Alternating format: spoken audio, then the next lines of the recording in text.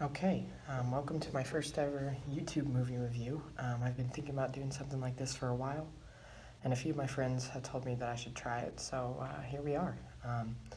And I couldn't think of a better way to try this for the first time than to do a movie that I absolutely loved seeing, and that was Dear Evan Hansen. So to preface this a little bit, I'm going to talk about this movie in two ways. In the first part of the video, I'm mostly just going to be talking about why I liked this movie and what made it work as a movie in general, my general opinion of movies, kind of more like a critic's point of view, I guess. Though I'm a pretty easygoing critic, if I had fun or if I felt something from the movie, then that's all that matters to me. So yeah, but that's more what that part's going to be about. The first half of this video. I'm going to try and keep that section more spoiler-free, though if you've listened to the music for this movie or watched the musical ever, then you pretty much know how all this goes. And so, yeah, but I know some people still don't want any spoilers, so I'm going to keep this part spoiler-free as possible. Or if I really think of something in the moment that I want to say, that's a spoiler, I'll warn you beforehand if I can, so that you can skip past it. The second part of this video will be why I like this movie from a personal standpoint, with my experiences in life and my experience with mental health issues and how I felt as someone who has some issues like that watching this movie. So more of that type of perspective, and that part's going to have a little bit more spoiler territory stuff. So think of that part as me just having a personal conversation with you, the viewer, as the topic of this movie. Hopefully that makes sense. I'm going to try and do the segment thing that they have on YouTube, so that you can just skip to whichever part you want to hear the most. And so yeah, the last little disclaimer I'm going to put here is I'm probably just going to be on screen just chatting with you. Probably not a whole lot visually interesting is going to happen in this video. Sorry, I couldn't really think of anything, and this is my first time trying this, so if you want, you can just listen to this while you do the dishes or something instead of staring at my face. Or if you want to stare at my face, that's cool too, whatever. And okay, we're going to go on to the review here. So as I said, it's time for part one. Let's talk about this as in just a general standpoint as a movie. The first thing that I wanted to talk about that I really liked is something that I heard a few of my friends who really like the musical, they were kind of worried about this. And that is that this movie wouldn't work, the music wouldn't really work because it isn't in a musical form. And they thought the movie would feel weird in movie form instead of a musical, where you're seeing a live performance, if that makes sense. And something that the movie did that really got rid of that worry, pretty early on, that I really liked is the way that they shot the musical numbers. So I noticed this very specifically in two of the songs. One of them is kind of the beginning, in between the beginning and the midpoint of the movie, where it's starting to ramp up and you see what's going on, but we haven't super gotten far into the movie. It was more towards the beginning, I would say. And then the second time that I really noticed it happening was in my favorite song, so it made me so happy, but it was in my favorite song that happens near the end. So anyways, what I'm talking about is they did long takes. And I could spend hours talking about how much I like long takes. If any of you ever talked to me about certain movies, then you know this, but I love them. It's just, long takes are so cool in my opinion, and anytime I see them, I immediately just love that scene and respect the movie just that much more from long takes. If you don't know what I'm talking about, a long take is basically when, instead of cutting a bunch of times in the action and cutting the movie a bunch, they just do one long cut where they have one camera follow the actor or whatever, and it never cuts to a different perspective. It's just the one camera following them, and so they're moving and the camera's moving with them, and I just think it's really cool. The reasons that I love this so much, to me, it gives the actor a moment to really show off their talent, right? So with cuts and things like that, editors, as I'm learning in my editing class I'm taking, can use movie magic, right, to smooth out the performances and get the best possible version of every line by cutting together a bunch of things they liked from a bunch of the different takes that they got with that actor on that scene. It's sort of having a nice filter on a camera, so everything just looks that little bit better. And that's okay that movies do that. Obviously, movies need that. It's part of the experience of movies. But every once in a while, it's really nice to see an actor with like without that filter. Like they can't fix any of their mistakes or anything by just cutting away from it. They have the long take to show you that the actor just sat there and just let it all out, raw, unedited, and they probably spent multiple tries on it, and they just acted the heck out of that scene and gave it their all. It just gives, to me, it gives the actor time to show like why they're a professional actor and why they're good at the job. Um, and I love it. So that's why I like long takes. And so in this movie, they did long takes on the musical numbers. So the actor is just sitting there singing and acting the heck out of that scene, singing their heart out. It's awesome, and it makes it feel more like a musical in the sense that it's like a live performance because it doesn't cut, and so you're like just looking at this person like acting the whole time, and it made me feel like I was just watching a musical. So to me, that just really helped with like alleviating that fear, because it's no longer like it felt like we were watching a musical because they don't have the safety net. The actors didn't have the safety net of like edits and cuts. And so that they took that take and they did it all out, just like if you were watching a performance live in person, like a musical in person. So that's why I thought that was really cool. The next thing that I wanted to talk about is I know a lot of people have opinions on whether Ben Platt should be playing Evan in this movie, considering he's a little bit older now. And I get this criticism, like I get why people are saying this, but I just really liked his performance, so it didn't bother me, Like I just thought he did really well, so I didn't even think about it.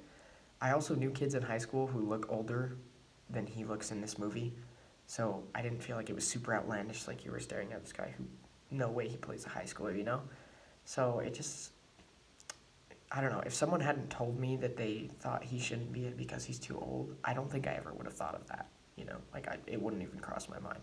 So I didn't really see that as an issue. If you do, that's fair, but to me, it wasn't even a problem. As far as like performances go, I think my least favorites were probably just the two moms. Nothing against them; it's not like they were terrible or anything. I just didn't think they had like their big moment like the rest of the cast did, and I feel like I never really invested in them. Well, that's not true. Like I invested in their characters, but I just didn't 100% love the choices for the actresses to play Connor's mom and Evan's mom, but that's just me. I did really enjoy Connor's dad. I thought he was really good at trying to portray the stoic, doesn't want to talk about it, doesn't want to talk about what's happening in his life. He just wants to go to work, do his work, and then keep his work life and his family life separate. And I thought he did that pretty well. For anybody who's seen Atypical, for my Atypical fans out there, you're gonna love seeing Zahid again. To me, it felt like he was still the actor was still playing Zahid from Atypical because it's just a similar role. He didn't have as big a role as I thought he would have, and I wished we would have had a little bit more of him. But I really liked him because he's a great actor, and I love all the stuff that he's in. I can't think of his name right now. I can only think of him as Zahid from Atypical. Sorry. But my three favorites though were Zoe, Evan, and Alana. I don't know. I don't know really what to criticize or say about actors. They're just. I just really liked those three. I thought they did great performances. So, yeah, that's all I really have to say about them. So now on to me personally and why this movie means so much to me in this musical. So a little bit of backstory. This musical came out years ago, I think around the time I was finishing middle school-ish. And it just really blew up. Everybody was going to see this. Everybody told me to listen to it or go see it or do something. But I refused to because I didn't want to be, basic and like what everybody else liked. And then my senior year in high school, I was struggling a little bit, and I finally conceded one day, and I listened to the musical soundtrack. And it then became my playlist, for a month, because I loved it so much. Of all the stories that I've read in a book or watched in movies or played through in games, Evan as a character is probably one of three characters that I can think of that I felt the most connected to. And in order to explain that, what I mean there, I'm going to have to go into some spoilers. So if you don't want spoilers, this is your warning. Leave now. If you really want to hear what I have to say, then by all means come back after you've seen the movie, or Or if you don't care because you know what happens in this musical, then let's chat. Um, okay, so something that has always made me feel really connected to Evan in this movie or musical or whatever um, is the way that his personality changes based on when he is around people and the specific people that he's around, right? So at the start of the movie, Evan is alone and he doesn't have a lot of friends. He's really awkward. He doesn't know how to start a conversation with anyone. And when he tries, it doesn't always go that well, so he runs away or he gives up, you know. That is probably the fastest and easiest summary of my years in middle school that I've ever seen. I very regularly would want to make new friends with people, but I would just chicken out because if you didn't already know, I'm sort of a super nerd. And so I was always worried that people would think that I'm weird. And so I sort of chickened out when I tried to meet new people. And so when I meet new people personally, I tend to run through the conversations that I can think of in my head like 100 times, trying to think of all the possible ways that it could go wrong and how I can avoid those, right? So like I plan out my jokes beforehand so that I won't get frozen on the spot or anything like that. And I always feel like this makes me seem really awkward or forced. This makes it so my first assumption when I meet new people about pretty much anyone is that they either think I'm weird, they don't like me, or they may even hate me. And most people, though, have told me that apparently that's not the case, and they never even notice. So, you know, that's something that I found out semi-recently, and I'm working on realizing that not everyone just immediately hates me, you know, despite what I constantly think. So, working on that. Anyways, usually, though, once I get to know someone and I feel comfortable around them, some of that awkwardness goes away. Keyword, some. I'm still super awkward for anybody who knows me. You know this. And to me, this makes me feel very like Evan, you know, like I'm Evan. And when I tell people this, like my close friends, they generally say to me, like, what the freak are you talking about? You're not like him at all, you know, which sort of proves what my next point is. Because as you watch this movie, you can see Evan, right? Like he gets more friends. He becomes more comfortable with the people that he's around. He gets the girl, and you know, some of that awkwardness goes away. Again, keyword some. He's still kind of an awkward guy, but you know, he's more comfortable around them, and he lets more of his personality come out. You know, and it sort of contrasts in the beginning where he's really self-centered and like worried about like what people think about himself. You know, and it focuses a lot on like the pills that he's taking and how he's dealing with his mental health, and it just focuses really hard on that at the beginning when he doesn't like talk to anyone. And you know, the movie still talks about those things. Don't get me wrong, it still talks about those things the longer it goes on, but it's more in like a different light, and you never really see him focusing as hard on those things, right? Like you never focus out as hard on like what pills he's taking and all that sort of stuff, right? And this is something that's never explicitly stated, but I've always sort of inferred that happens in the movie. Is also something that I didn't really understand about mental illness for a long time. But so personally, I've been diagnosed with depression. And what I never really understood growing up is that mental illness and the symptoms can fluctuate over time, right?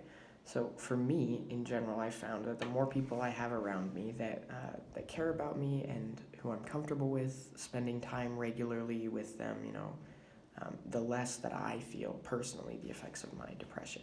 You know, that doesn't mean it's completely gone and I'm just fine now, but it does help me quite a bit to have a lot of people that I know care about me around me. Though this also kind of creates like a paradox, and it makes like a war inside of my head, because although it should be a good thing that I'm feeling better, I generally find it makes me start to obsess over whether I made the whole thing up, if I've accidentally been lying to people this whole time, which in turn makes me feel more depressed, and I get back into the depression. And it's like this weird thing where I feel guilty for not staying depressed. But that's a whole different thing that we don't need to get into right now. And anyways, so that's just my personal experience. And I'm not saying that's how it works for everyone, because it's not. But that's one of the reasons that I feel so similar to Evan sometimes, right? To me, as I go through watching this movie, I feel like as he gets those friends and he gets the girl, he seems more happy, and the depression and anxiety lessens a little bit as he realizes that people, you know, they actually like him, right? There's people who like him for who he is, right? And so to me, that just makes me feel very similar to Evan. You also then get the song in the movie. You get the song. Sorry again for anyone who didn't pay attention. This is spoilers. So you then get the song, The Anonymous Ones, where Alana talks about, how more people struggle with mental health than you would originally assume, and how she's dealing with stuff, and like, despite the fact that she seems super popular, she still is going through stuff, and you never would guess it because she seems so happy, and she talks about how everyone seems so happy. And this is another thing that I never really understood about mental health, and that I never would have guessed, but I think it's 100% true. I think in general, people are really good at putting on a false face and pretending like everything is fine, And I used to joke all the time in high school, ask any of my high school friends, about how I hated the phrase, I'm fine, right? Whenever someone says, oh, I'm fine.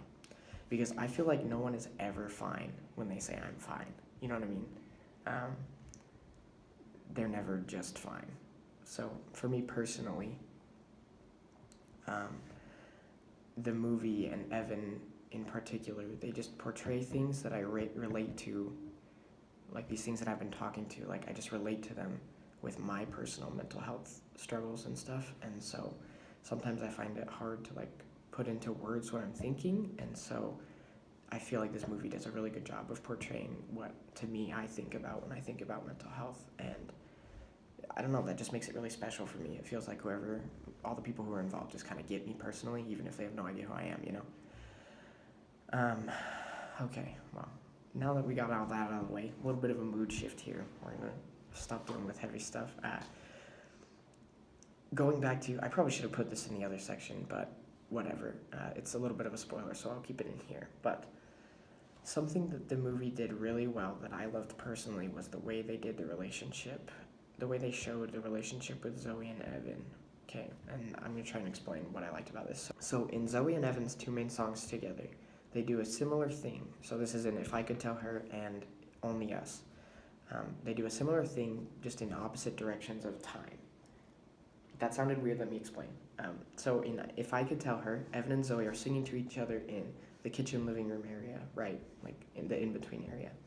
And at the same time, they intercut flashbacks of Evan, like meeting her and like seeing her and all this stuff. And so these flashbacks are intercut with some of Evan's lyrics, so you see the moment that he's talking about, right? Like he's talking about like, how do you dance with like the world's not watching, and then it cuts to him seeing her just having a party at one of the school dances and stuff. And so you see